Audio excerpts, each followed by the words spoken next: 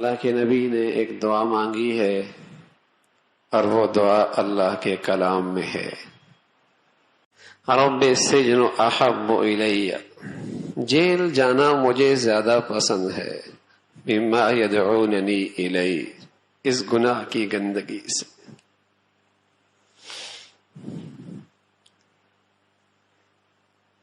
ایسی گناہ سے نفرت، ایسی اس کی برائی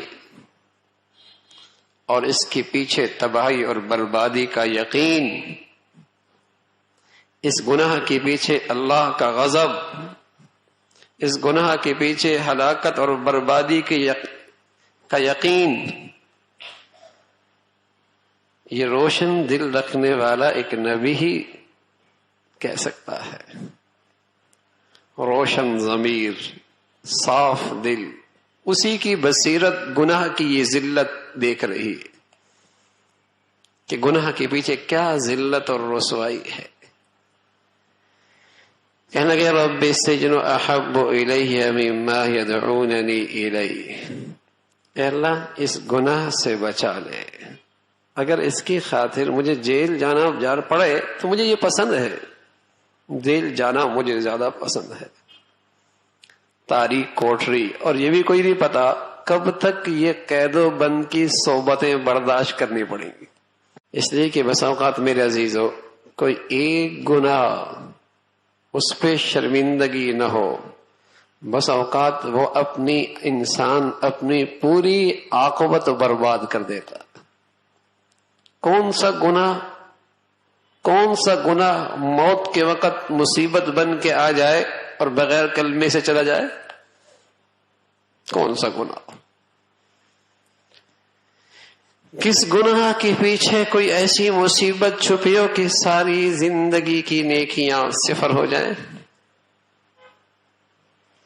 کون سا گناہ موت کے وقت آڑ بن جائے، زبان پہ کلمہ جاری نہ کرنے دے؟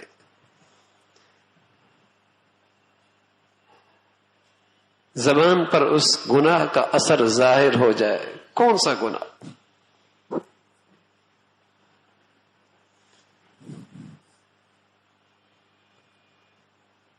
اس لیے حضرت عبداللہ ابن عباس رضی اللہ عنہ فرمایا کرتے تھے، اللہ کی نافرمانی کے پیچھے اللہ کا غضب چھپا ہوا ہوگا۔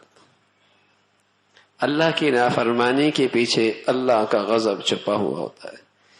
ایسا شخص ہر وقت خطرے میں ہے کب اللہ کے غضب کے نشانہ بن جائے، کب کس وقت اللہ کے غضب کا نشانہ بن جائے، کہیں تماشا بن جائے،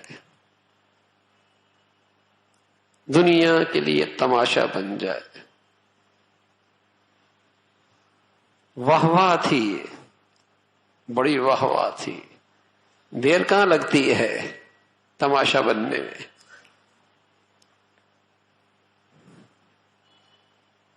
اوپر سے نیچے آنے میں اللہ کے لیے کوئی لمبے چوڑے فوج کی ضرورت کوئی نہیں، بس اس کا تو طے کرنا ہے۔ تو عبداللہ ابن عباس رضی اللہ عنہ فرمایا کرتے تھے، نہ جانے کون سا گناہ اس کے پیچھے اللہ کا غضب چھپا ہوا ہو اور وہ اس کے لیے ہلاکت کا باعث بن جائے۔ لیکن آج کے مسلمان کی ہمت اتنی پست ہے اور گناہ اس کی زندگی میں ایسے رچ بس گئے کہ اس کا خیال بھی اسے نہیں آتا کہ میں نے اپنے دامن کو گناہ کی ہر گندگی سے بچانا ہے۔ یہ خیال ہی نہیں آتا اس کو، یہ طے ہی نہیں کرتا، یہ عزم ہی نہیں کرتا کہ میں نے اپنے دامن کو ہر گناہ کی گندگی سے بچانا ہے۔ اس نے تقسیم کر رکھے ہیں، اپنی زندگی تقسیم کر رکھی ہے، کچھ اللہ کے لیے، کچھ شیطان کے لیے، کچھ اللہ کے لیے، کچھ دنیا والوں کے لیے، کچھ مسجد کی زندگی، کوئی سوسائٹی کی زندگی۔ اس نے اپنی زندگی اپنے خیال سے تقسیم کر رکھی ہے اور اسی پر مطمئن ہے۔ اسے یہ خیال ہی نہیں کہ شیطانی زندگی کبھی ایسی رسوائی دکھائے گی کہ ساری زندگی بے دینی کی ہو جائے گی،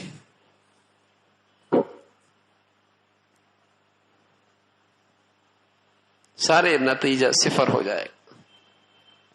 اس لیے کہ ہر گناہ کے پیچھے اللہ کا غضب چھپا ہے۔ اگر ہم نے اسے اپنی زندگی کا حصہ بنا لیا اور ایسی گناہوں کی ظلمت نے مت ماری کہ ہم نے گناہوں کی زندگی کو اپنی تجارت کا سہارا بنا لیا، گناہوں کی زندگی کو اپنی معیشت کا سہارا بنا لیا، گناہوں کی زندگی کو اپنے اسٹیٹس کا سہارا بنا لیا، ہم نے گناہوں کی زندگی کو اپنی ترقی کا سہارا بنا لیا، ایسی گناہوں کی ظلمت نے مت ماری جو بربادی کا سامان ہے، آج ہم نے اسے اپنی فلاح کا سامان بنا لیا۔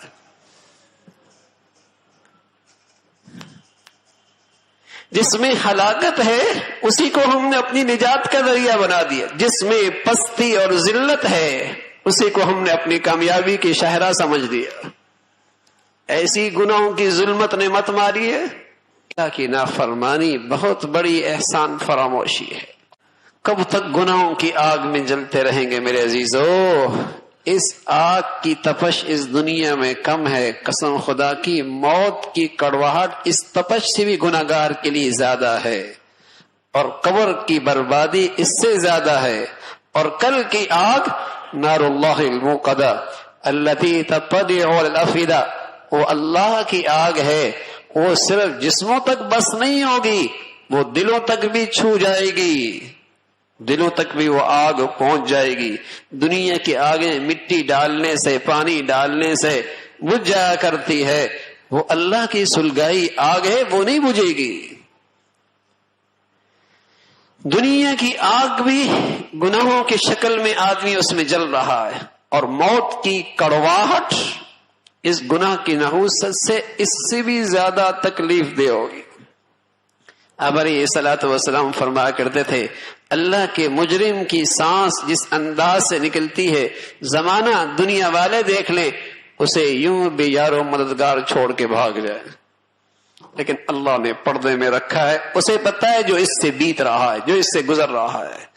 پھر مثال دی، فرمایا باریک سا کپڑا، دوپٹہ اگر جھاڑیوں میں الجھ جائے اور پھر اسے کھینچ کر نکالا جائے، جیسے وہ دوپٹہ تار تار ہو جاتا ہے، ایسی جب اس کی روح نکلتی تو جسم اس کے ٹکڑے ٹکڑے تار تار ہو جاتا۔